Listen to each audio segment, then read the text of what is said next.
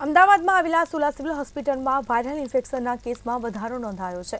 ગયા અઠવાડિયામાં viral ઇન્ફેક્શનના 1572 case નોંધાયા। વધતી જતી ગરમી અને મિશ્ર ઋતુના કારણે ઓપીડીમાં વધારો થયો। સુલા સિવિલમાં ગયા અઠવાડિયે ઓપીડીમાં કેસ નોંધાયા હતા અને સાથે જ બીજી બાજુ ડેન્ગ્યુ, મેલેરિયા અને ચિકનગુનિયાના પણ કેસમાં ઘટાડો થયો છે। મેલેરિયાના 205 સસ્પેક્ટેડ કેસ અને 1 પોઝિટિવ આવ્યો।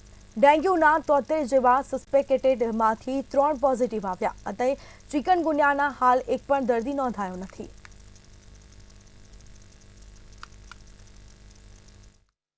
ગત અઠવાડિયાની વાત કરીએ તો કુલ 10,030 દર્દીઓ ઓપીડીમાં આવેલા છે, જેમાંથી 888 દર્દીઓને આપણે દાખલ કરેલા છે।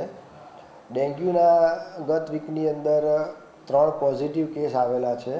મેલેરિયા અને ચિકનગુનિયાના શંકાસ્પદ કેસો મળેલા હતા, પણ એમાંથી એક પણ પોઝિટિવ આવેલ નથી।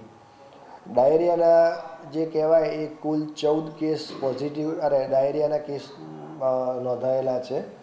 વાયરલ ઇન્ફેક્શનના આખા અઠવાડિયા દરમિયાન 1572 જેટલા કેસ નોંધાયેલા છે।